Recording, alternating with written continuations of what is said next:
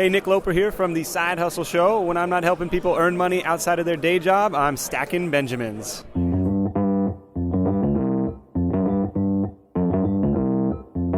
Live from Joe's mom's basement, it's the Stacking Benjamin Show.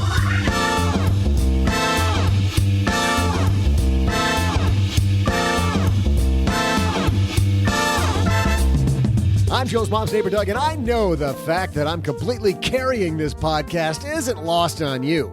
I've given you so many great gems over the years that, you know what, it's time to roll up my sleeves and send this podcast into the future. Well, more on that later, but today, what happens behind the scenes when your company is chosen to pitch on Shark Tank? Tanya VanCourt recently appeared with her savings and goal-setting company, Goalsetter, and we'll hear the whole story today. Plus, in our headline segment, Apple's rolled out a new credit card. There's been tons of hype, but is it any good? We'll ask our friend from Tiller, CEO Peter Polson. Plus, we'll throw out the Haven Lifeline, answer a letter from the mailbag, and still leave time for, yep, you guessed it, my incredible trivia.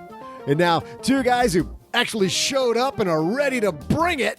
It's Joe and O-G-G-G-G.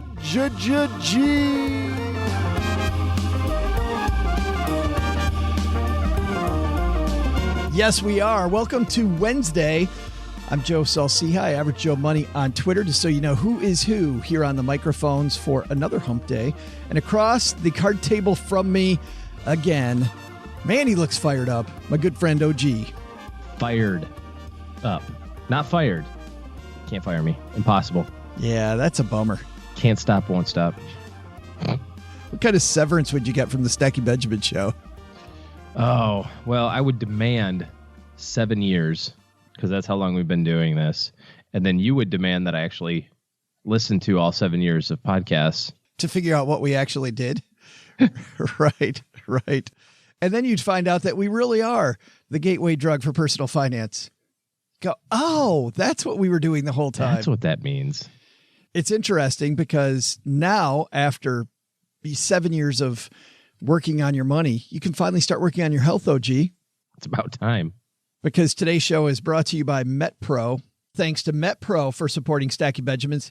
For a complimentary metabolic profiling assessment and a 30-minute consultation with a MetPro expert, go to metpro.co/SB. That's metpro.co/SB. I'm so excited because I've always wondered what it's like to have a company. What would it be like to have a company that got invited onto Shark Tank? And just how intimidating would it be with the cameras running to stand there in front of the sharks? And do your pitch. Yeah. And you can tell the people that have practiced that and they're like in their script. Yeah. Tanya VanCourt was somebody who not only has been on our Friday FinTech segment before, OG, with her company Goalsetter. She was on Shark Tank just a short time ago, and we're going to walk through what happened. And for those of you that didn't see her appearance, did she accept the deal? What deals were offered in the first place? How did she decide, if she decided? How did she get on? All that news. Behind the scenes Shark Tank today with, I think, some good lessons about running your business. Whether you own your own business or not, I think we all run our own family business, right? Our own numbers. Good stuff there. Plus, Peter Polson on My Dad's Shortwave. Apple's got a new credit card. I'm sure you saw that, OG. Yeah, I saw the news. Be interested to hear what the experts think about this one. We got one coming down to the basement. Peter Polson from Tiller is going to weigh in. But we got another headline first, so let's get this party started. Hello, darlings. And now, it's time for your favorite part of the show, our Stacking Benjamin's headlines. Our headline today I saw in Barrons. This was written by Reshma Kapadia. If you're counting on your house to finance your retirement, you may be walking into a trap. This is something that you and I and financial advisors all over the place think about all the time. And we haven't talked about this. Downsizing is a common feature of retirement planning, the piece reads, but two trends could throw a wrench into that. First, more older Americans are carrying debt, typically mortgages, into retirement. Exacerbating this are housing trends that could pose a problem for baby boomers looking to sell large suburban homes to pay off their mortgage and shore up retirement savings. Baby boomers clearly more comfortable holding debt than the prior generation, which sought to pay everything off before retiring, says J. Michael Collins, faculty director of the Center for Financial Security at the University of Wisconsin. About 70% of 65 to 74-year-olds hold some debt, 70%. In 2016, that's up from 52 in 1998 among those 75 and older. Almost half had debt, double the 98 level, according to the Employee Benefit Research Institute. Historically low interest rates over the past decade have made borrowing less painful, of course, and even savvy, given the returns delivered by the decade-long bull market in U.S. stocks. But challenges could be ahead. Quote, higher fixed payments in the early part of retirement to cover the mortgage create added strain if there's a portfolio downturn, says Wade Pfau, director of retirement research at McLean Asset Management. And those banking on selling their home to pay off their mortgage or home equity line of credit and using the remainder to boost their retirement savings could also run into trouble. Already there are signs that McMansions might not sell as quickly as before, and that the allure of a big home in a good school district might not be as appealing to home buyers who are having children later, if at all. The share of home purchasers with children slid from more than half in 1987 to about a third in 2018, according to research by Arthur Nelson, professor of planning and real estate development at the University of Arizona. Fewer people moving into new houses with kids, OG. Changes in the ways people buy houses and in the neighborhoods they move into. Saving for retirement into your house, I agree, it could be a trap. Yeah, especially if you're counting on the continued growth of your housing value over the next 10 or 15 years. You know, if you're sitting there and you're in a major metroplex right now, a California town, or I live in Dallas and our housing prices are crazy, or the Pacific Northwest comes to mind, and you're saying, oh, well, between when I bought the house and when I was 35 and today I'm 50, it's doubled in value. And between 50 and 65, it should double again, right? You know, I bought the house for $350, now it's worth $700. I should count on this thing being worth $1.4 million. I think there are these really interesting bend points that happen in real estate where the conflux of mortgage rates and demographics and average income and that sort of stuff kind of matter. You know, you can't continually double house prices every 10 or 15 years because income doesn't grow that fast. And if interest rates tick up a little bit, we saw this just recently when interest rates went up to close to 5%, mortgage applications dropped precipitously. You know, last week I saw an article in the Wall Street Journal that interest rates were going back down again and they were finding 4% 30-year mortgages. Mortgage applications spiked in the last week. So this is really problematic, especially if you're counting on it for like a move or something like that, where you're looking at, oh, well, I have $1 million and I don't care if I owe $300,000 still on the house, because then I'll take my $700,000, I'll go buy my other place. And if that doesn't come to fruition, what are you going to do? Those are all great points.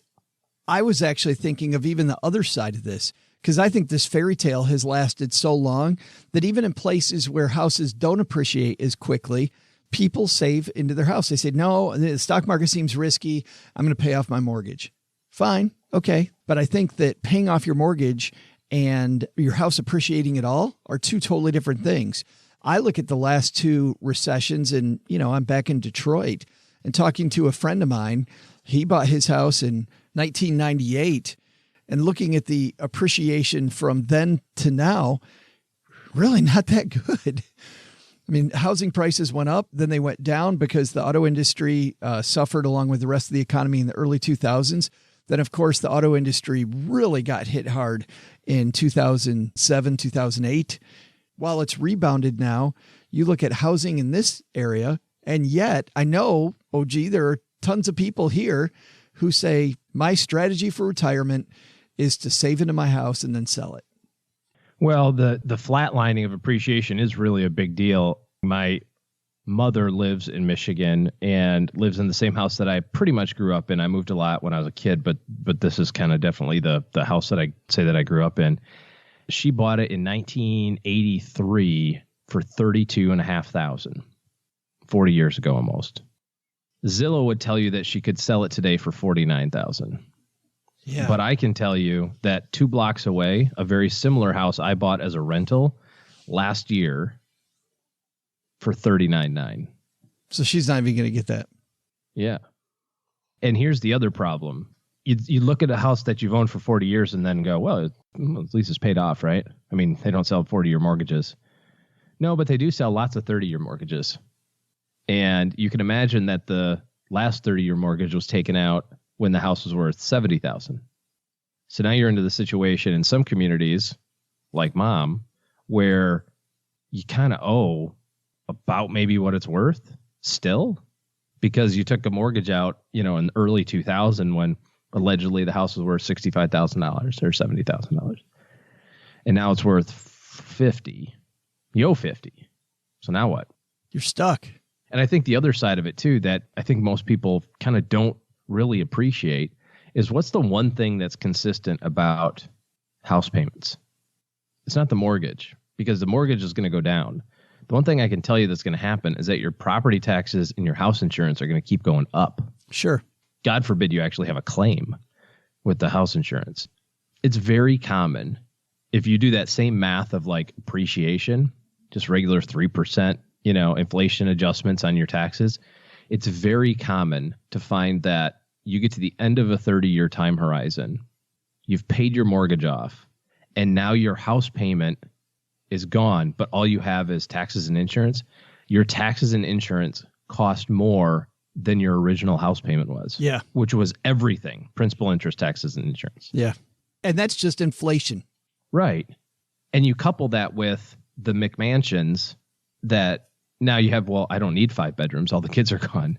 So you're paying taxes on a property that is no longer useful. Yeah, it's a nice 5,000 square foot house in the suburbs with a pool. That's fantastic. The taxes are $22,000 a year, Right. Which you can quote unquote justify when you've got a growing family and 2 incomes and all that sort of stuff. But now you get done and you're retired. You can't sell the house and you still have $25,000 a year in property taxes. That's a big number. Let's talk for a second about what Dr. Pfau says here, that paying a mortgage during retirement adds a strain to your retirement income stream. What is that all about? Well, I think that's kind of what he's talking about, is when those fixed expenses continue to go up and they consume a larger and larger portion of your retirement income. And then the market goes down. There's nowhere to go. Well, right. Because I'm thinking, based on everything you said, then I've got to have a bigger emergency fund to make sure that if the market does go down, I've got to make sure that I've got enough cash flow coming in from other places. I mean, the market goes down, life gets tough there. And in our second headline, this is from CBS News. There's a new credit card out from Apple, and the question in the headline is, can Apple Card really disrupt the credit card market? If you haven't paid any attention, at Apple's big event last Monday, the company entered a whole new business, credit cards. The tech giant's betting that its Apple Card will be a game changer for the credit card industry, this piece says. But most experts say they're underwhelmed, noting mostly Me Too kinds of features. Still, Apple fans are loyal, and the new card does have enough perks that could be tempting. And here's a guy that knows a lot about people and credit cards and Apple and technology. The CEO of Tiller, our good friend Peter Polson, joins us on My Dad's Shortwave. How are you, man? Hey, Joe, it's great to hear you. I'm fantastic today. Thank you. Well, so this Apple thing, you're a fan, right? I am. Now, let me just caveat that. If you're in the business of stacking Benjamins, you should be a little wary if one of the largest companies in the world has just come out with a technology that makes it easier to spend money. So let's just caveat this whole conversation with that, right? Like a few alarm bells should go off. Yeah, but let's start off with the features. There's a 2% cashback thing, but there's some caveats to the cashback. Yeah, so 2% cashback if you're using Apple Pay, which is the touchless pay. It works really well if you have a phone or an Apple Watch, but you have to have one of those devices. If you're one of the nearly 1 billion people in the world with one of those devices, you're in luck. And if you're in a merchant that supports that, you're in luck and you get 2%. Everything else, you get 1%, unless it happens to be a purchase at the Apple Store, which is 3%. And talking to Nick at Magnify Money, he says that if you don't get 2%, you're kind of leaving money on the table. So I'm assuming if you don't have Apple Pay, you're leaving a bunch of money on the table. That's right. And that is a downside. I think for Apple, a big reason they're doing this is it's driving Apple Pay, because you're going to go into merchants and you're going to say, hey, I really want to pay with Apple Pay. Can I do it? Because you want that extra percent. So it's going to help the adoption of Apple Pay. That's Apple's goal, right? But from your perspective, if you're buying on Amazon, they don't support Apple Pay. So you're going to get 1%. Yeah. And what's interesting is I think I saw a number, and I wish I had this number right in front of me, but I believe it's less than 40% of merchants accept Apple Pay. So the numbers, right. So they're trying to drive that number up.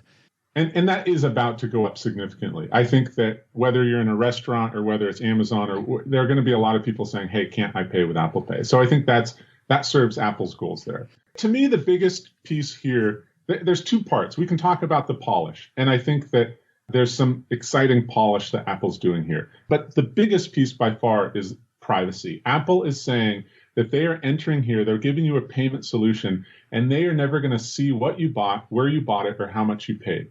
And from Tiller's perspective, I'll tell you, we've bent over backwards never to see our customers' transactions or balances. No one, not me, not support, not dev. There aren't many companies in FinTech that are doing that. And it's so exciting to see Apple coming in and saying, we're building a solution and we don't ever want to see your data. Now, there are a lot of people who put their names on credit cards, Marriott or Uber or Amazon. They're all dying to know what's in your transactions. Marriott wants to know how often you're staying at Hyatt so they can give you the right rewards to increase the share. Uber wants to know how much you're paying in gas or Lyft, which are the alternatives to Uber. And Amazon, of course, loves to know where else you're spending your money. They're dying to get their hands on your money or your spending patterns so they can use that in their own advertising, marketing, product development. Apple's coming in and saying, we don't even want to see it. We just want to give you a great payment solution. And I applaud that. And I would love to see more companies do that. I think that's a fantastic stance on privacy. I totally agree. Looking at it from the consumer side, though, Peter, I've read several things that have said that, anything that emphasizes privacy hasn't gone over as well as people have hoped, as experts had hoped, because the basic American public goes, yeah, privacy. The Russians already have all my stuff. So what does privacy mean? Are people being a little flippant with that? Should we worry more about privacy than we are? I think that it's something we should all pay attention to. And there are times and places where we are happily willing to share our information because we get something from it. But we should just acknowledge that when we are sharing our information to drive advertising, to drive marketing, to drive other things, that we're sharing something valuable. We should be getting something back. And that's a decision we should make. And to me, it's awesome to have alternatives out there that are really putting privacy first. Tim Cook's gone out and said privacy is a human right.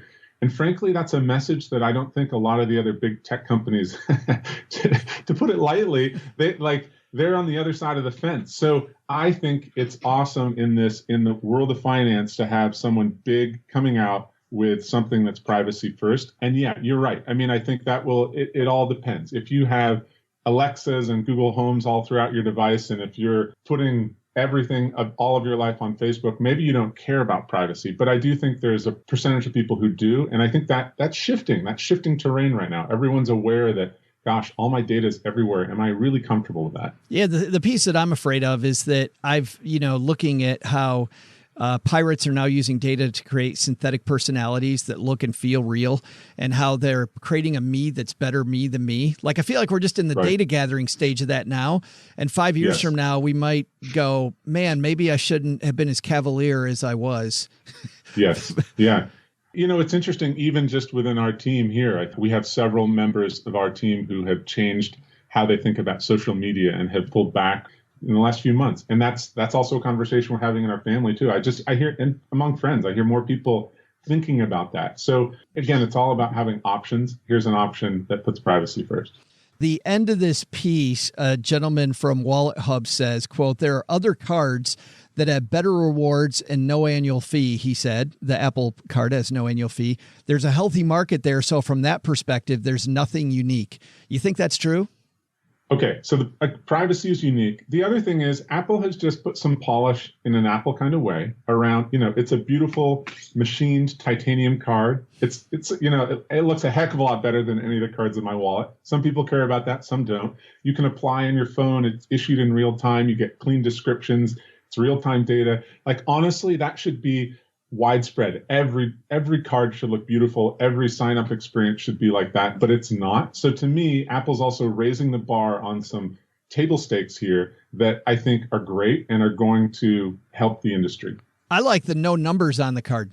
Yeah, there will likely be a lot less fraud on these cards because people are using touchless pay like Apple Pay more. So that's much more secure. And because when you do pass your card to a steward or a waiter or waitress, they're not going to easily see the number. I think it'll be interesting to see the statistics, but I wouldn't be surprised in a year from now if Apple's touting a lower fraud rate on their cards. That's awesome. Than industry. Yeah. Peter Polson from Tiller, thanks a ton for hanging out with us. Joe, it's good to talk to you on Shortwave. Thanks to Peter for stopping by, giving us the lowdown on the new card. OG, you running out and getting the new Apple card? No. No. Do you use Apple Wallet? Yes, all the time. It's amazing to me that that's faster than the whole like chip thing. It's you go, well, isn't it the same system? It's the same terminal device. I mean, just think about like the processing time. You get in your back pocket, you get out your wallet, you open it up, you take out your credit card. You have to hold it there until the guy goes, okay, now do it. Right. Right. Now you have to do it at the right time. If it's not seated in there correctly, and try again, whatever. So, and then you wait. And then it's like, which is always a crazy sound to have when your credit card's approved. Yes. Right. They did a whole, I'm sorry. He said I could use it. They did a whole 99% Invisible episode on that. Yeah. Like that's just whoever created that is an idiot. It should be like, well, they changed it now. I see here of them. Yeah. Some of them now make a little more ching sounds or whatever. But then you contrast that to the Apple thing. You just go, boop, you put your fingerprint down, bam, done. See ya. Yeah, good stuff. I think that's lesson number 1. Even though it's shiny, I think you still got to do your research. Number 2 is using your house to fund your retirement might not be the safe option that you think it is.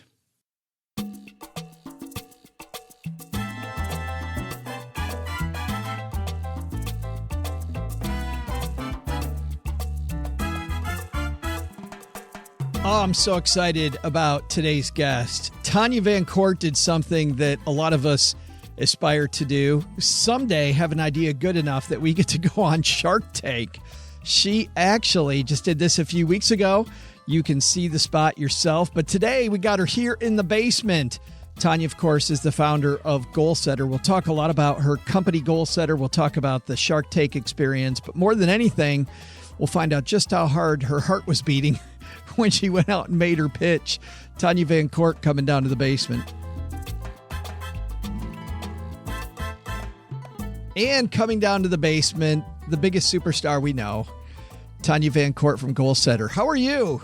Hey, I'm good. Thank you. But you're the biggest superstar I know. So I don't know what you're talking about. Knock it off. We know that one of us has been on Shark Tank, and it wasn't me. That would be me. That would be me. But tell me about this experience. How the heck did you first get hooked up with Shark Tank? Or did you say, you know what? You're watching it one day and you go, I got to apply to be on the show. What happened? Based on what I do every single day, I am all about getting every kid in America to have a savings account. From the time that I wake up in the morning, literally until I go to bed, my head is all about how do I get more kids to have savings accounts? How do I get more kids to know about Goalsetter? How do I get more parents and families to know about Goalsetter? And when you're doing that all day, every day, you are naturally gravitating towards what are the biggest megaphones out there. And Shark Tank for families is such a huge megaphone. I mean, you've got parents watching it, but you have parents watching it with their kids, which is what made it so appealing for me. So going on there then, based on what you're saying, were you actually really looking for investment, or were you looking for a platform to talk about Goalsetter more? The beautiful thing about it is it's kind of a 1-2 punch. If you get one of the punches, but not the second of the punch, you're still in really great shape, right? They have some amazing investors who, if they do invest in your platform, can really make a difference for your company. So I was totally open to going on for investment. But also wanted clearly the audience that they bring and the eyeballs that they bring to, this platform and this mission that we're leading. So do you just go to sharktank.com and fill out a form or what? Literally. Yes. Really? Literally. Yes. And so how did that work? Is it a long, complex form or what's the form like? It's a pretty long application. I did sign a NDA with Shark Tank, so there are some things I can say and some things I can't say. But it's definitely a sizable application that's going to take some time. Sure. No, right. Yeah. So you fill out the application. I'm sure you're even thinking when you're filling out the application, nobody's going to call me about this. Yes, you're 100% right. How do you know? You are in my head. Yes, that's exactly what you're thinking. Yeah. I mean, that can't happen. You're thinking nobody's going to call me, but I've got to do everything I can. Like as an entrepreneur, you don't stop. You see brick walls and all you see is there's got to be a way over it. There's got to be a way through it. No does not mean no. No means not yet, because I'm definitely going to accomplish that, whatever that is. So to your point, yes, I'm thinking there's no way they're ever going to call me, but I'm going to keep filling out this application anyway. How long was it before you got contacted, and how did they contact you? And do you remember where you were? I totally remember where I was. I got a call from them. I was in San Francisco, and we were a part of this amazing accelerator program called the Center for Financial Solutions Innovation, CFSI. It's all about how do you get Americans to be healthy and responsible with their money. And so I was actually about to go into my final interview for that program. And I was wandering around a store in San Francisco just trying to kill time. And I got a call and they said they were from Shark Tank. And I was like, are you kidding me? Is it April 1st? What are you saying? I couldn't believe it. And I was so happy. I felt, you know what I felt like, Joe? I felt like it was God and the powers that be reinforcing for me that what I was doing was living my purpose, that this is what I was supposed to be doing. That's so exciting. Now, but did they invite you right on the show, or did they have, I'm sure they must have more questions. Yeah, they have more questions. They have lots more questions. So no, it wasn't an automatic invite. There are definitely more questions and over a period of time, right? I mean, when you have a platform like that and so many people interested in getting onto that platform, like you got to be able to separate the wheat from the chaff. And then the other thing, quite frankly, because before I was running Goalsetter, I was in Nickelodeon. Yeah. So I come from this television world. They are always looking for people who are going to also be great on television. I knew that was a part of what they would be looking for. Yeah, there's entertainment value. Yeah. They need ratings. Those guys need ratings in order to continue to make shows and in order for those sharks to be able to continue to invest. So you expect that, of course, it's going to be about whether or not I have a great business and a business that someone might want to invest in. But it's also going to be about, whether or not this can make for great television. So how long between your first application and that phone call? Oh, I think it was a few months. And then how long between that phone call and you actually going on the show? A few more months. Yeah. And is the show in New York, LA? Where is it? It's filmed in LA. It's in LA. So you fly to LA. Yep. You fly there, the day before? I fly there in enough time to give me time to settle. Yes. Yes. But you gotta have tons of nerves. Oh my gosh. I've worked at not only Nickelodeon, I've worked at ESPN before. I've done a lot of interviews before. I've done on-air interviews. I've never been more nervous. Yeah, but that's what I was going to say. I remember because I used to give speeches all the time. But when I spoke to random strangers, I could do that in my sleep. But when I spoke to friends and family, or if I spoke to somebody specifically about my business, it was a whole different thing. Right. And now imagine that you're going to speak to some random strangers about your business, and they're going to ask you 52 questions in a course of 50 seconds. Sure. Right. Just nerve-wracking. So those are all live. Those questions are all live, and you don't know what they're going to ask you. No. What you see is what you get. Yeah. It's all happening real time, and it's very authentic. The show is very authentic. I'm going to play a couple clips from the show, from your appearance. But before we get to that, knowing that they were going to ask a bunch of questions, how did you prepare for those things? As I watched you rolling it out, I was wondering, what did you do to decide on your offer? Like, were you allowed to talk to, I don't know if you have a board of directors or people around you. How did you come up with your original offer? Well, so to your point, again, you sign a non-disclosure agreement because it's important for them. It's important for any reality television show to make sure that they are keeping under wraps what's going to eventually show up on air. So I could not talk to very many people at all. I had a couple of close advisors who I talked to. They were advisors, just as you talked about, on the business side. My ask was essentially based on the last time that we had raised funding, what our valuation as a company was, and how much money I thought was a reasonable amount of money to ask for from one of the sharks and get them invested in a way that was meaningful, right? Yeah. I didn't want to give away 0.5% of my company and have them invested in some way that, wasn't meaningful enough for them to want to get engaged around my company with. I also didn't want to give away 50% of my company. So you look for a number in there that says, based on our valuation, what percentage of the company do I reasonably think that I can give away to get them interested, but not to give away the whole enchilada? Yeah, because you're also thinking with any of these sharks, it isn't just the investment capital. It's obviously what they bring to the table. It's their expertise. Yeah, that's completely right. And, that's why when you see some of these episodes and you say, wow, Lori Grenier is investing in that company and she's going to have them all over QVC. Right. You see the tremendous value that Lori is going to bring to that company, and she's absolutely going to help the market valuation and the market cap of that company, right? Lori Grenier probably wouldn't be such a great investor for Goalsetter because we're a FinTech app. Yeah. And so, when you talk about do they know the space and what kind of expertise and connections can they bring to the space, they're choosing carefully, but you are too. But don't give away who did and who didn't. I won't. Let's listen to the beginning. This is amazing. It was so fun watching this. I'm like, I know her. This is you were the third person to talk to the sharks. Did you know at all what happened with the first two? Are these actually in the order they came on? No idea. No idea who went before me. No idea who went after me. No idea. You weren't in a green room with anybody else? Nope, just me. Just by yourself. Boy, that could have been nerve-wracking at all. Let's listen to Tanya.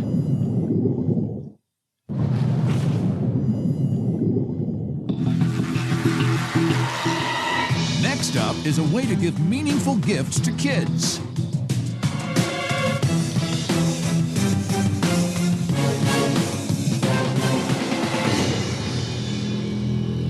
Hi, Sharks. I'm Tanya VanCourt, and I'm from Brooklyn, New York. I'm the CEO and founder of Goalsetter. I'm going to stop right there for just a second. These doors open. Have you seen any of the sharks ahead of time? I went in to just know where my mark was. And so I saw them when I went in to know where my mark was, but that was it. Okay. Were you allowed to say hi or anything? Nothing. Nope. No. Nothing. So you're walking out. So generally, you've got these chairs facing you. Everybody's got a pad of paper. And you walk out there. Tell me what's going through your head. Please don't forget your lines. Please don't forget your lines. Please don't forget your lines. On that. Let's continue. By the way, you can go to abc.go.com and put in Shark Tank, and you can watch Tanya's appearance. But here we go. And I'm here today seeking $200,000 in exchange for a 4% equity stake in my company. Okay, you said $200,000, 4%. We hear Lori go, wow. We see Mark Cuban's eyes kind of go up. We see Damon Johns writing it down. Are you seeing this? Are you feeling any of the feedback when you said the number? I absolutely am seeing it, and I'm feeling the feedback. So you asked me before how I prepared. Well, one of the ways that I prepared was I watched episode after episode after episode of Shark Tank. And so I had, of course, been a fan of Shark Tank before, but watched it for entertainment value. This time, I watched it as if it was like a medical board exam. Right. You're it's your grad school stuff. Exactly. Like I needed it for my thesis to graduate from Stanford. So, it's an entirely different ball game. So I had watched many people walk out and give their offer and seen the responses and the reactions from the sharks. And so I knew I was going to have to be able to defend that number. So a good part of what I practiced in my head was, how am I defending my valuation? How am I defending this number? did you take there, because Lori says, wow, Damon starts writing it down. Mark kind of puts his head back. Did you see that as good or bad? I saw it as surprised. And so part of my mental preparation that I did before I went in, Joe, was to not let anything daunt me. It goes back to that, like there's a wall, I'm going to run through it. So, what I told myself was, it's not over until it's over. So if anyone comes back with anything that's negative, either try to take whatever they've said and turn it to positive, or provide them more information, or find a way around it. But, them rolling eyes and tossing their head back, that wasn't a no. Yeah. That was, they digested information, and however they digested it. And I still had a good amount of time to help them understand why that was going to be a great investment for them. Because I didn't take it either way either. I didn't know if it was good or if it was bad. I'll tell you what I thought. I thought 4%. In the huge scheme of things, you're not asking for a ton of money when you look at what these people are talking about, but only 4% of the company, and you're getting all of this feedback from these big names. I'm like, okay, she's kind of going low. Let's see. Well, you know what, Joe, you got to understand that you're only walking in and thinking these are really big names if you haven't been around any rock stars or superstars before. Yeah, and so, with my company, some of the people on our advisory board are people like Carla Harris, who's a vice chair of Morgan Stanley. And Carla is a rock star. Yeah. So it would not be prudent for me as the CEO of a company to let people in and give them more of my company than other people could get, right? Who deliver the same kind of value. Gotcha. Let's listen to just a little bit more. And this is cool for people. Tanya's been on before talking about Goalsetter, and we'll link to that in our show notes page, but she's going to tell you again right here what Goalsetter's all about. Anyone with kids can tell you our children get too much stuff. From birthdays to holidays, your houses are taken over by toys and gifts that your kids play with just once, if you're lucky. By the time they're 12, the average American child has received almost $7,000 worth of junk. Gift giving for kids needs a redesign. And that's exactly what Goalsetter is all about.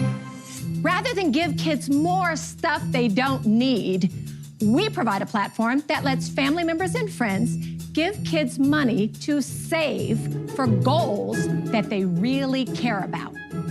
With Goalsetter, there's no more giving gift cards that say, I can't wait to see what you buy next. Instead, family members and friends can give goal cards and say, I can't wait to see what you do next. The money is deposited into an FDIC-insured savings account, accessible through our site, where kids can watch their savings grow. Real money towards real dreams. Robotics camp, music lessons, gymnastics, college. It doesn't matter what kids save for, because kids who have savings accounts in their name are 6 times more likely to go to college and 4 times more likely to own stocks by the time they're young adults, no matter how much is in those accounts. So, Sharks, if you want to truly transform kids' futures, join me in getting them signed up to save with Goalsetter. Bam! Bam! Why don't I just hand you my wallet right now? Dropping my proverbial mic and taking your wallet instead, Joe. Now, during that time, and people can't see this, and by the way, like I said, just go to abc.go.com while they're showing the current season, and you can go back and watch this. But you're getting serious head nod from Mark Cuban.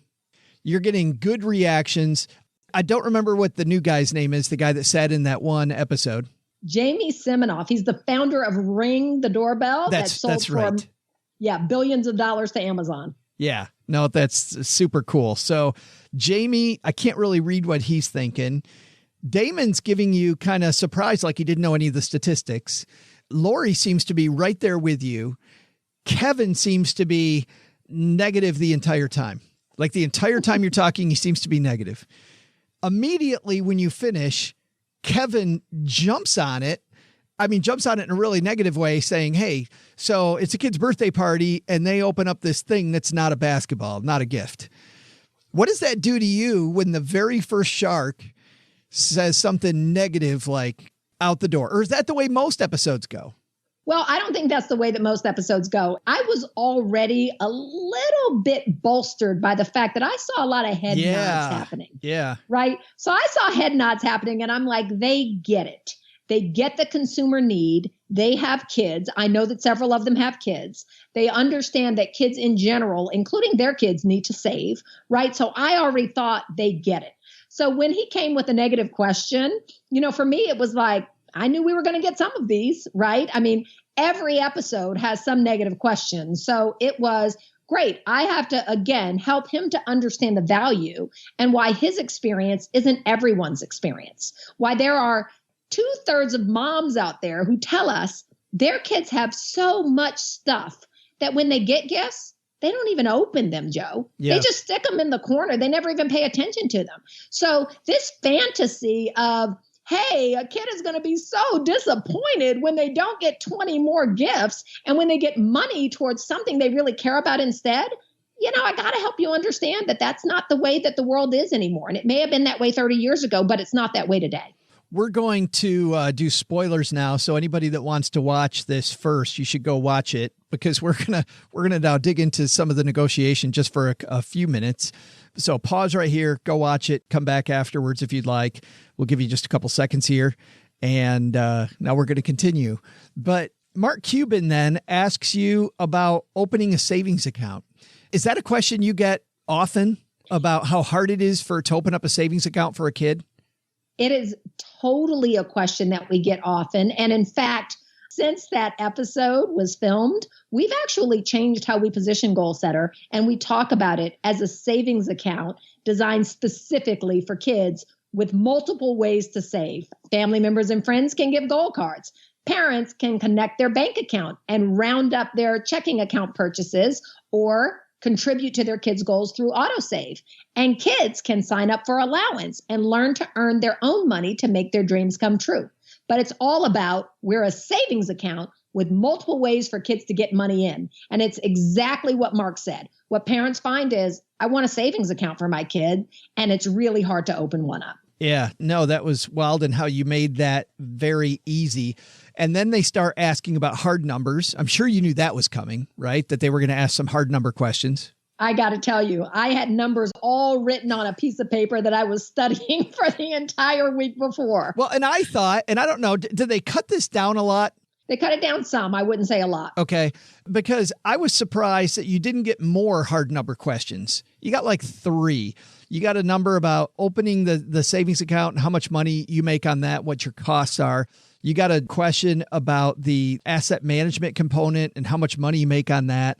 And then you got another question. I can't remember exactly what that was, but you got fewer questions on that than I thought you were going to get. Were you kind of surprised?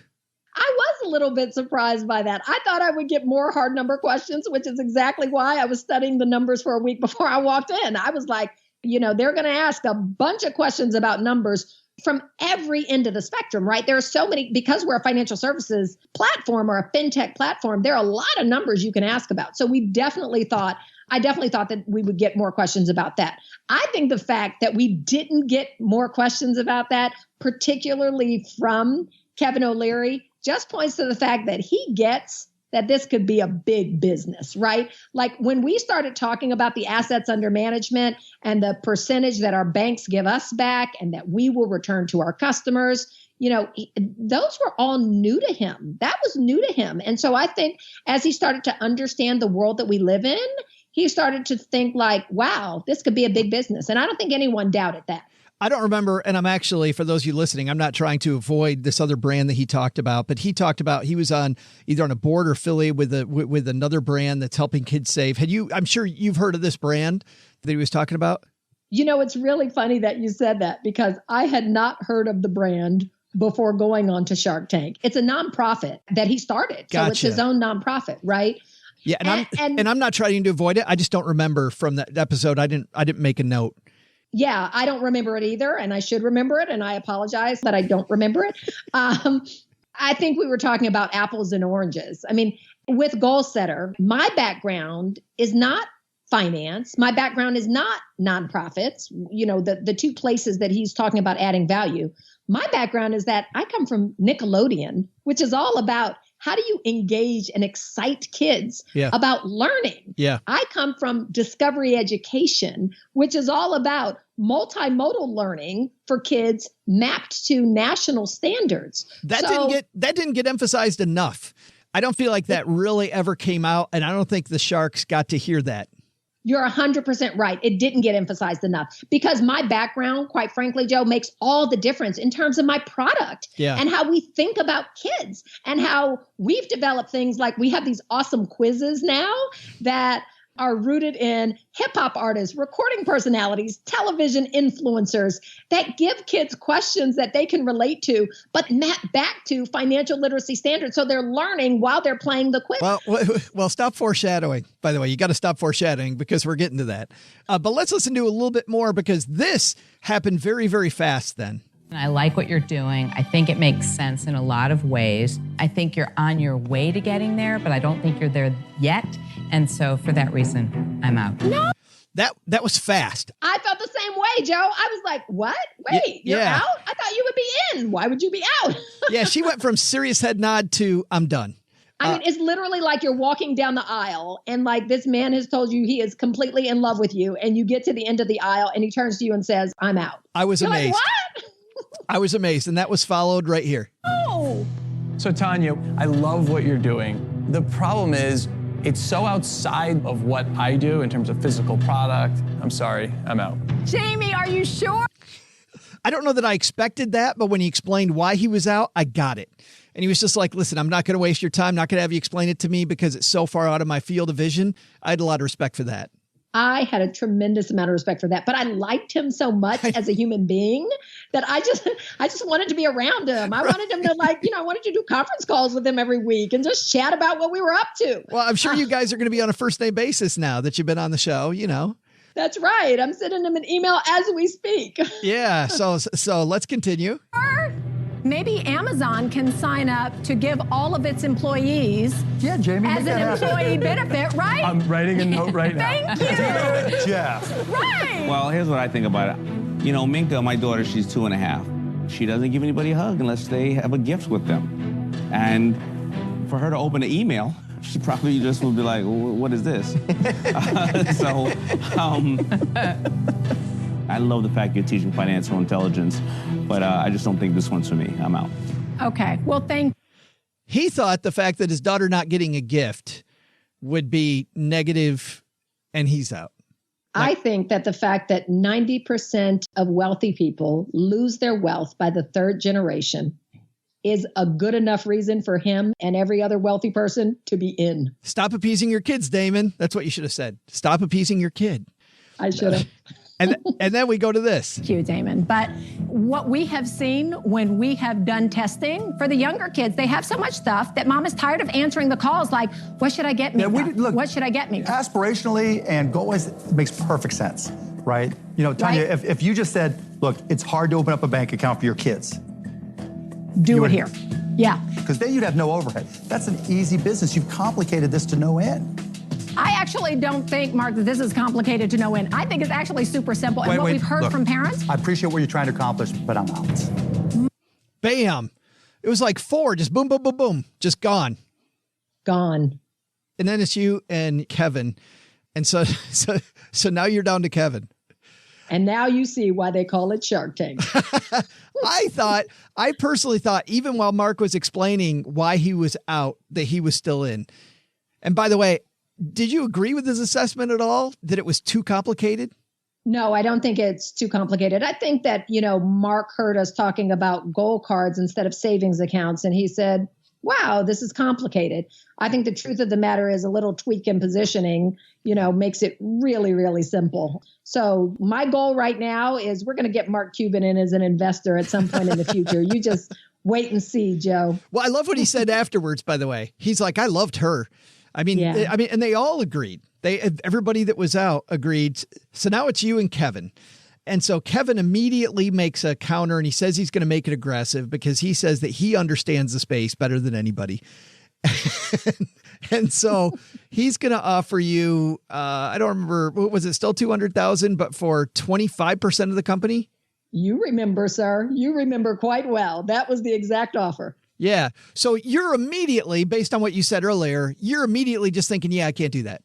Absolutely. There's no way I could do that. And there's no way I could do it given who my current investors are. No, that's what I mean. And yeah. Absolutely. Sure. And the level, that they invested at, it would be devaluing their investment. Yeah. So I knew I absolutely couldn't do that.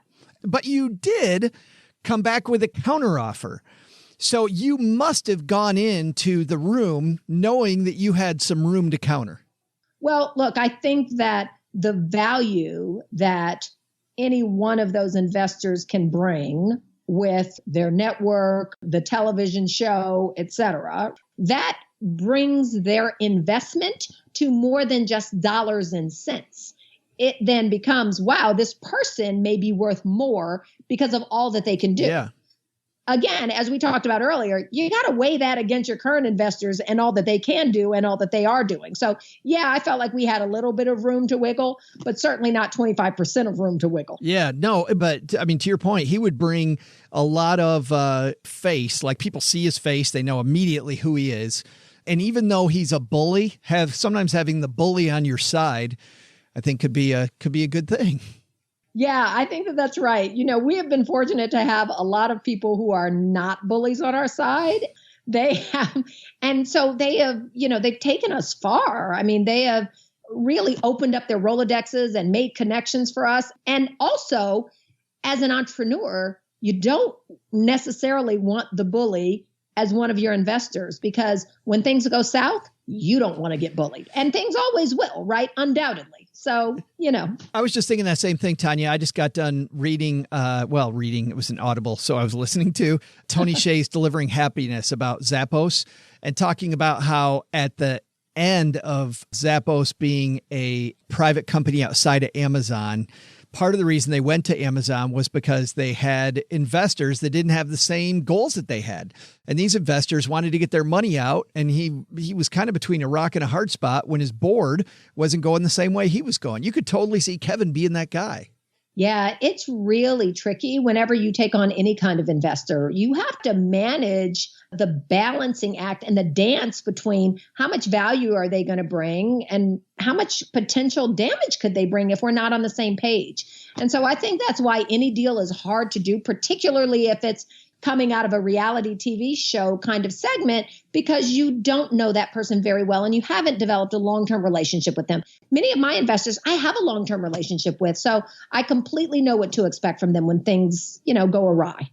So you come up to 8%, and this was the last exchange, and I want to get your take on this. I'm talking myself out of it. The more I think about the work. We're 3 months away from interfacing compliance with a large platform. No, you're We're going to do a deal, And Kevin. Tanya, remember, he's never been wrong before. Yeah, that's true. I'm just too valuable for this. It's it. I have Tanya, to work on it. You can take my seat when you make it. Just show him. All right, Kevin. I'm sorry, but you're out. Well said, Tanya. Thank you, Tanya. Thank you. Good luck. Thank you. Mark Cuban, the first one to say, awesome.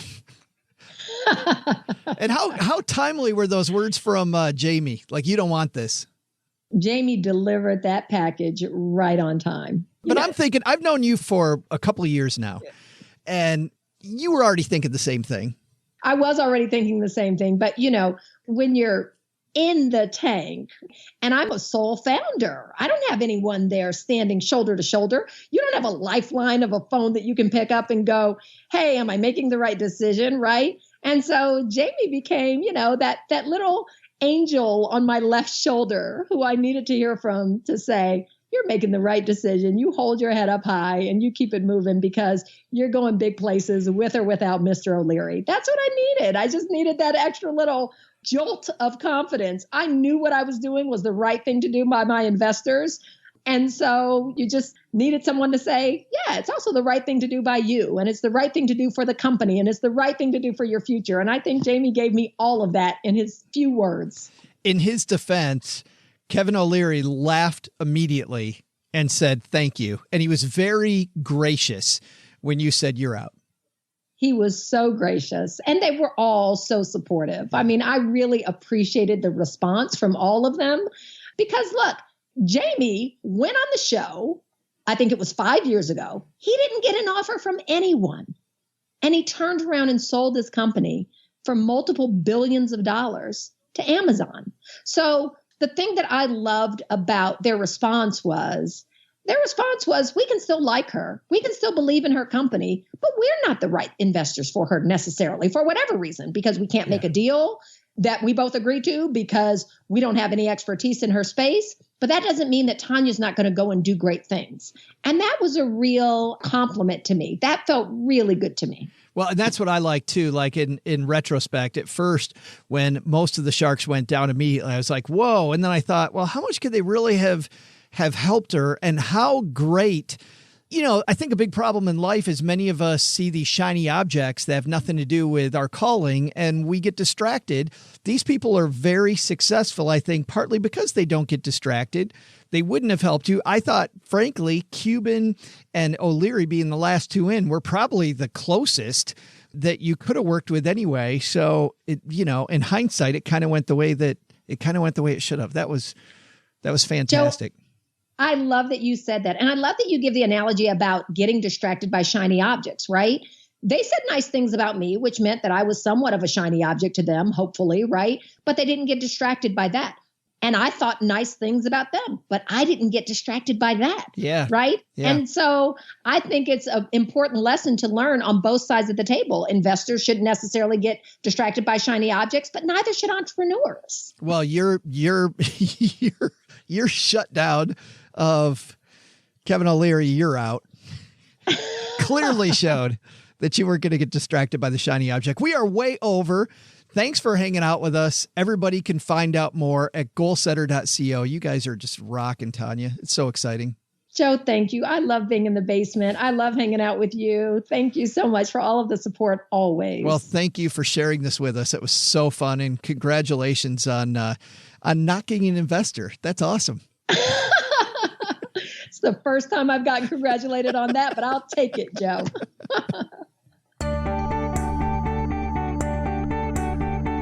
Hey there, trivia fans. I'm Joe's mom's neighbor, Doug, and how exciting is this? Dude, you don't even know. You don't even know. Make sure you're sitting down as I introduce you to Doug Vision 360.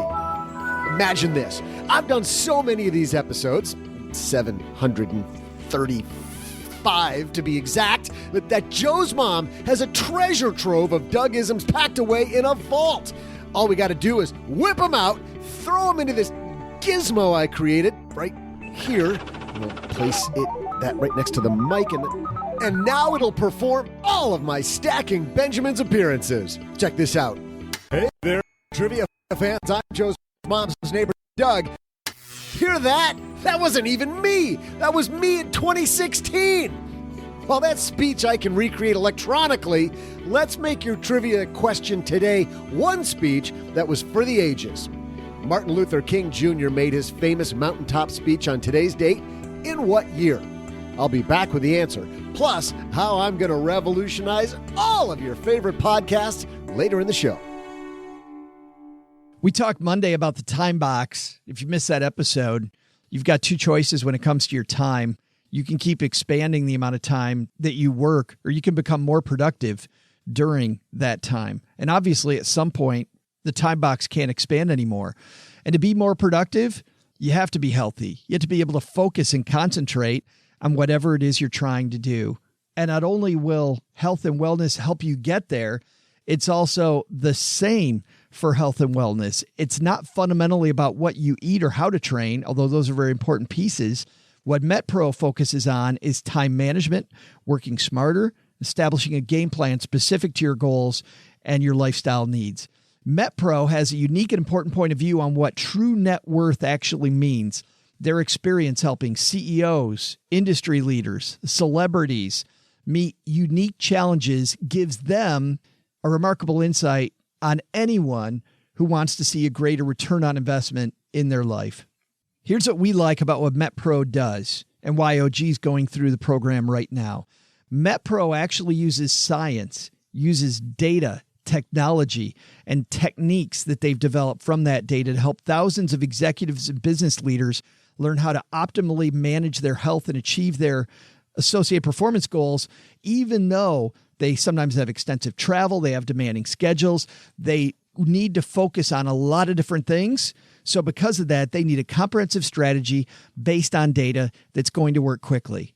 It's like the rest of your life. You don't want to spend your life spending time thinking just about health and wellness. You want to use that to do the things that you really want to accomplish with your day, with your week, with your life.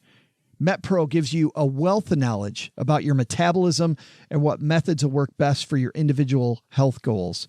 And because your metabolism is constantly changing and adapting to your environment, without identifying a starting point, it's hard to determine the right strategy. So they start off with this metabolic profiling, and that's a process that lets MetPro get a baseline to see exactly how your body's responding against a very specific set of variables. Once again, very scientific, and you're not doing this alone.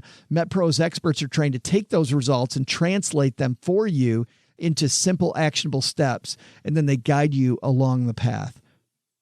So here's how you get started.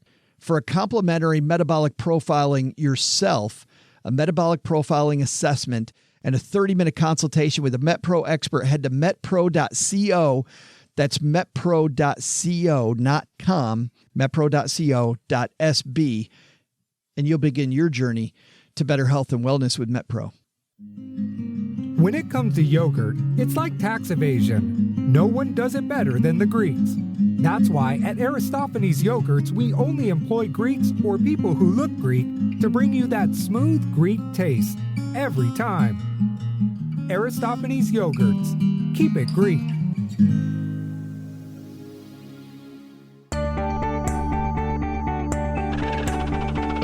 Hey there, trivia fans. I'm Joe's mom's neighbor, Doug. I didn't say that either. Oh man, this is brilliant. I'll never have to work again. Better yet though, I can sell this technology to make all your favorite money podcasts even better. Check out how I can take things from the past and use them to improve the Dave Ramsey Show. So you guys just don't talk a lot, do you? I'm just focused on foamy beverages. Or better yet, how about frugal friends? And if you're at a thrift store and they won't go lower on something, I've at pawn shops taken small things and be like, okay, I'll pay this, but I want a new TV or iPhone XL Super Mega Deluxes thrown in too. Oh yeah, or check this one from Jill on Money.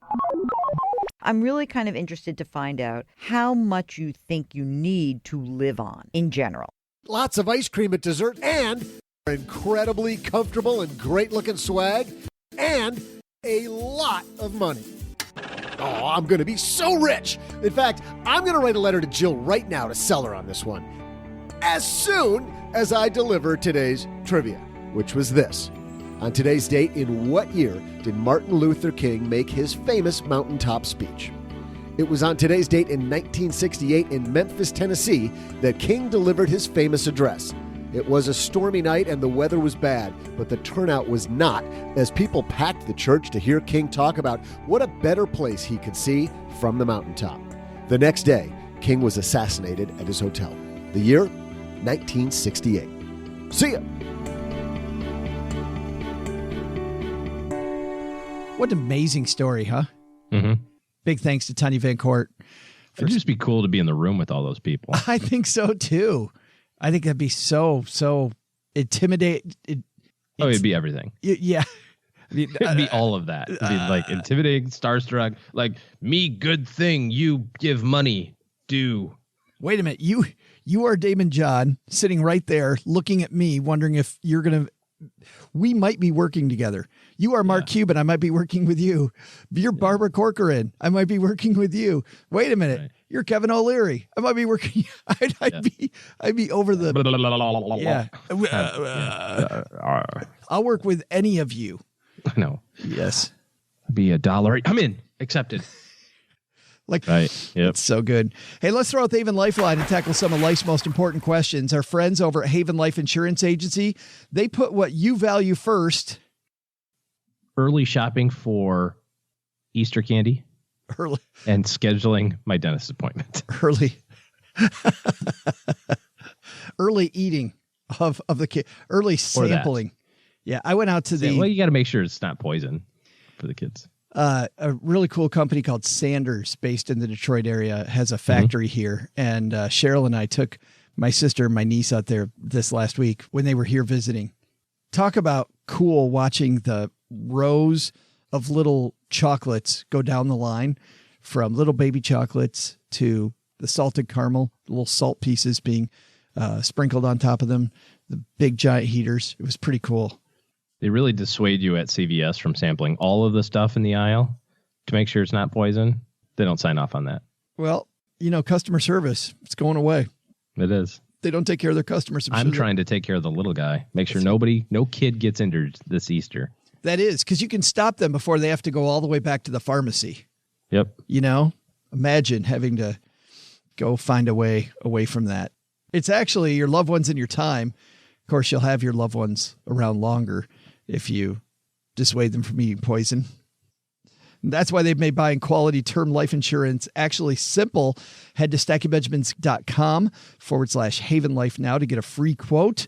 Their application is simple and online. You'll get an instant coverage decision, affordable prices, all policies issued by their parent company, Mass Mutual, which is more than 160 years old.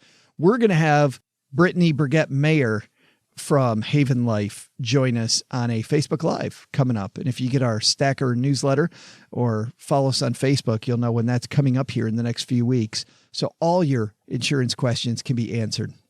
But for today, we're going to throw out the Haven Lifeline to our new friend, Les. Say hi, Les. Hey, Joe and OG. Thanks for taking my question. I have both W-2 and 1099 income. This year, the 1099 income was substantial, and so I will owe additional taxes beyond what my W-2 employer withheld. Can I just ask my W-2 employer to increase withholding rather than send estimated taxes to cover the 1099 income, which I expect will be similar in this upcoming year? Leaving you the voicemail and hoping to snag a free t-shirt. Thanks, guys. Thanks for the question, Les. Now, a great question by Les, OG, and he certainly has a valid question that I'm sure there's people in our audience that have that same question. I'll tell you, I've had that question in the past when I had two different types of income. So great question, but I will tell you, didn't bring it the same way that the dude brought it last week. Got to step up, stackers. The creativity on these calls, OG, could be a smidge better. Damn, you're calling people out, yo. Les is a cool dude. Bravely asked his question.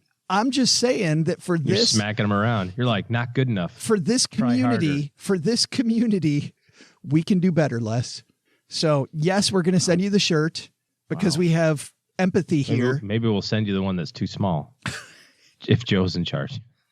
I told you I like the ones that are too small. Great question, Les. The IRS doesn't care how they get their money. They do care about when they get their money, though. If you want to have your employer increase your W-2 withholdings to account for the fact that you have some 1099 earnings and make it so you don't have to do quarterlies, perfectly fine. The only thing that I would add to that, or just maybe kind of a sidebar, would be if your 1099 income is lumpy. So maybe, for example, you run a Christmas store in the mall and you only make money from November and December, like till Christmas. You make money in 2 months. Then I wouldn't want my taxes being withheld in January for something I'm going to earn in November. And so the IRS does allow you to tell them when you earned your money. Now, they assume that you earned it evenly throughout the year. Therefore, they expect their money evenly throughout the year. And the best you can do is quarterly. You're suggesting that you want to do it, biweekly or monthly, however your existing company pays their tax bill, which is fine. But I would say that if you have your 1099 income that's very lumpy, I would just want to pay it when I earned it. If it's uniform throughout the year, perfectly fine. But maybe you own a landscaping company or a partner in a landscaping company and you just make money in the summer. Well, I don't want to be paying taxes in the winter for money that I'm supposed to earn in the summertime.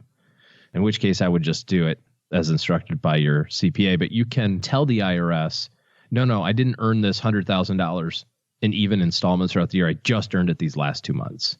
And then that'll avoid having to withhold it throughout the year. But if it's uniform, a consulting gig or something like that, or a commission job, that would be another thing that would possibly be a 1099 type of arrangement. Yeah, just withhold it with your W-2 job, your W-2 job. Yeah. It certainly makes life a lot easier. Well, it makes it so you don't have to write a big $30,000 check at the end of the year. Well, it just makes... In most people's life is easier. That's for sure. It just makes planning easier because you can count on consistent paycheck, consistently being withheld. You don't have to have a separate line item. You're really using your HR department of the company you work for. You are subcontracting them to take care of your 1099 stuff on your behalf, which, hey, if you can get free labor, that's fantastic.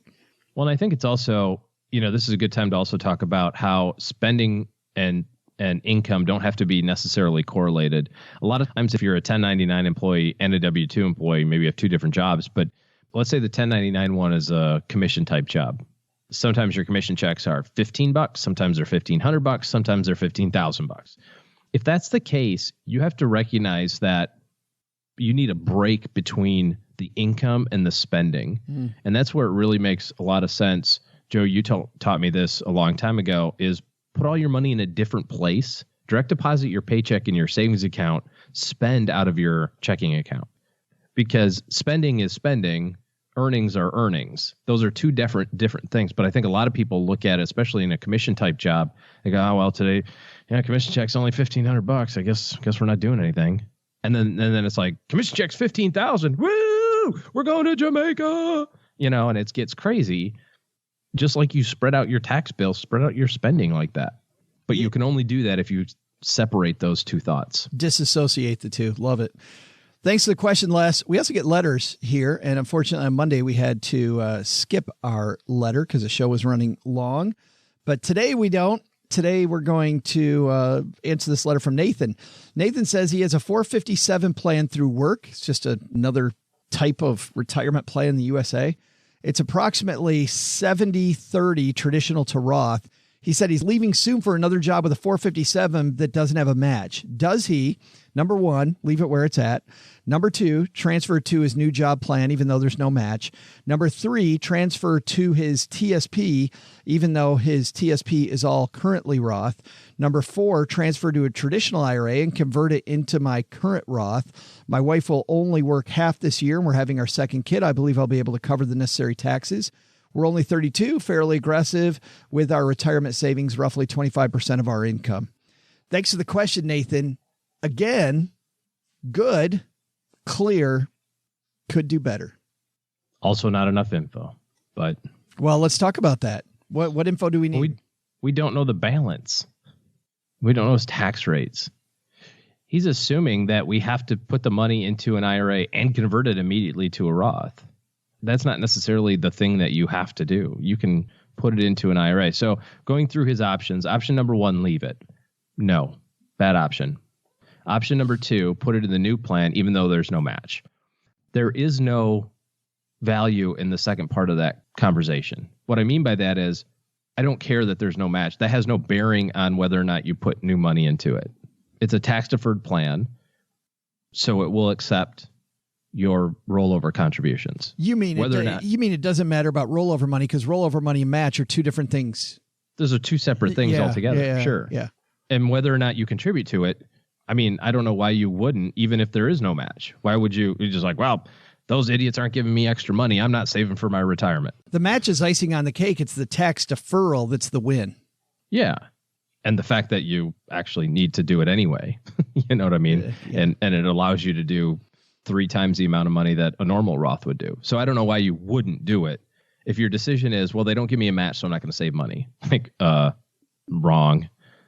You're the one that loses in that long term, by the way. But that's a common decision people make. It totally is. Like, I'm not going to put money in my 401k. They don't give me a match. Yeah. Or I don't trust my employer, which generally your employer doesn't run the 401k anyway. They outsource it to a third party that knows what they're doing. Yeah. Allegedly knows what they're doing. Whole different rabbit hole.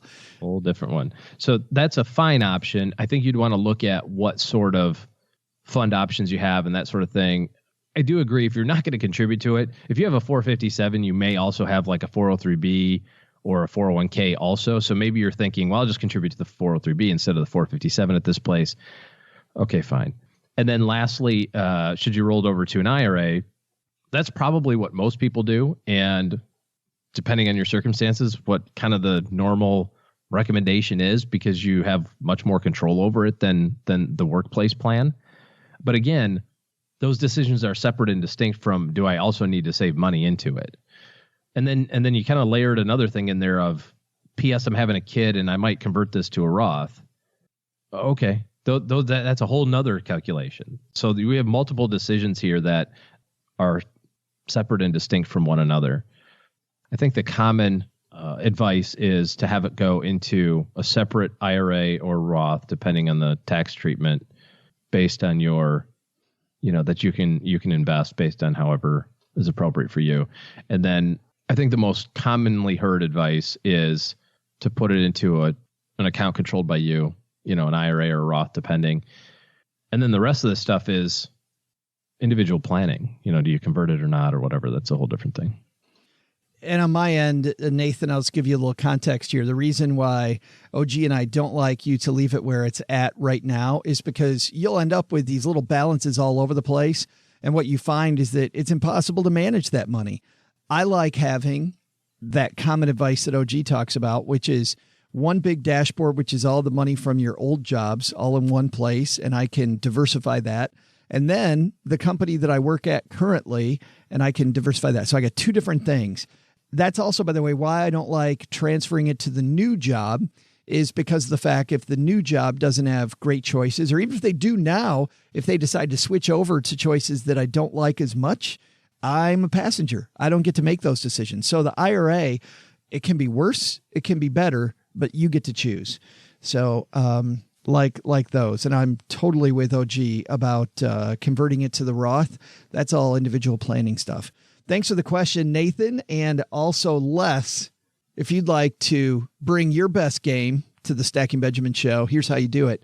StackingBenjamins.com, and at the top of the page, it says questions for the show. Click that link, and you'll see all the ways to interface with us. That's going to do it for today.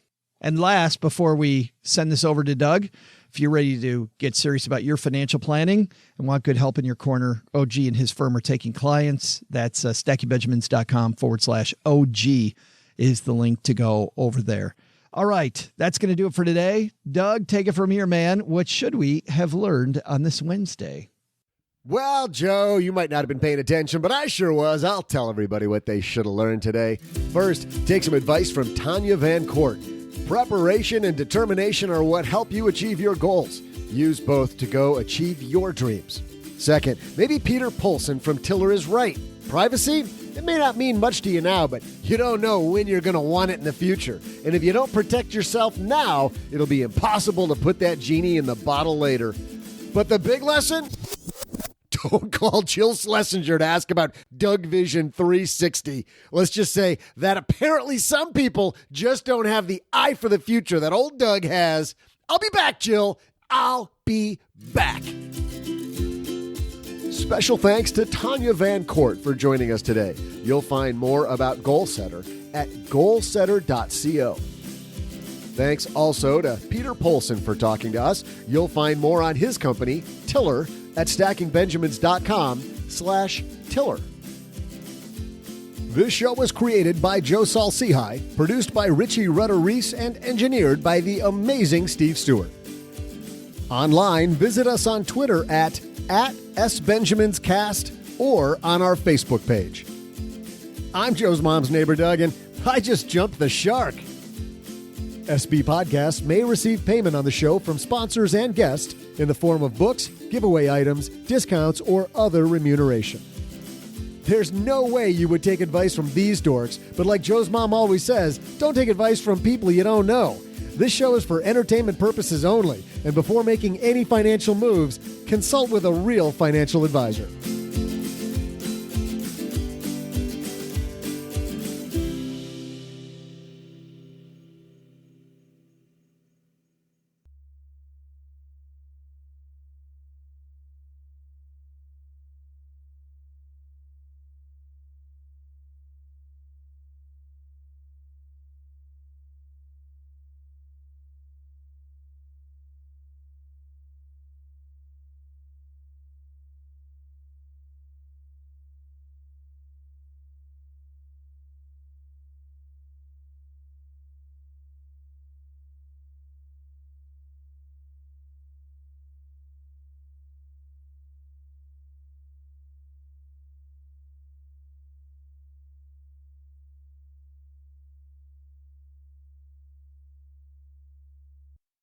Welcome to the after show, the part of the show that doesn't exist.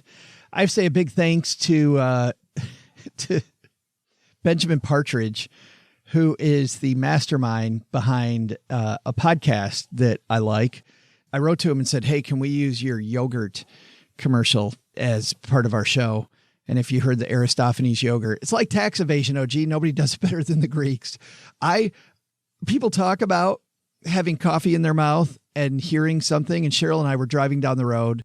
We just gotten a Starbucks, and man, was that difficult not spitting my coffee all over the car. I didn't see that coming. So this is part of a podcast called the Beef and Dairy Network podcast. My current favorite podcast. My long-term favorite, Betty in the Sky with a Suitcase, still my favorite podcast. But the Beef and Dairy Network podcast, no winks, no nods, straightforward discussions about the Beef and Dairy Network and about beef and dairy. You should begin listening at episode 1. Don't go to the middle. I told Mom's neighbor Doug to listen to this a couple weeks ago.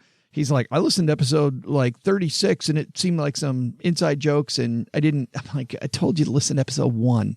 Start from the beginning and they build on top of each other. I am, though, going to give you a little hint. Now that you know that it's comedy, listen to the beginning of episode 3 here, because there is some very funny comedy right at the beginning of this episode. The Beef and Dairy Network podcast is sponsored by GrazeX, the latest grass replacement pellet from Mitchell's.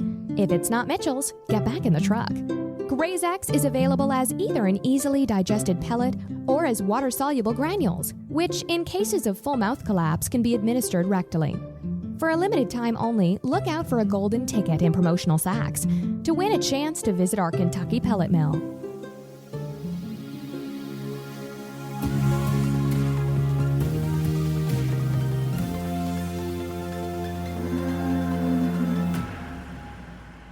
Hello, and welcome to the Beef and Dairy Network podcast, the #1 podcast for those involved or just interested in the production of beef animals and dairy herds. The Beef and Dairy Network podcast is the podcast companion to the Beef and Dairy Network website and printed magazine, brought to you by GrazeX. As mentioned in the advert, be sure to look out for your golden ticket for your chance to win a visit to the Mitchell's Pellet Mill in Turkey Hills, Kentucky.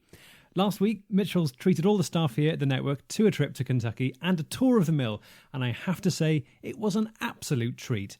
Not only did we get a valuable insight into how their market-leading grass replacement pellets are developed, we also got to see their various pellet presses, stoves, and famous heritage barns. Also, there is a fascinating museum on site with a number of evocative audio-visual slideshows. Also, and I'll say this because I promised I would, a big beef and dairy shout-out to the diminutive race of pygmies they employ to operate their machinery. On the show today... And he goes on, the diminutive race of pygmies they employ who operate the machinery.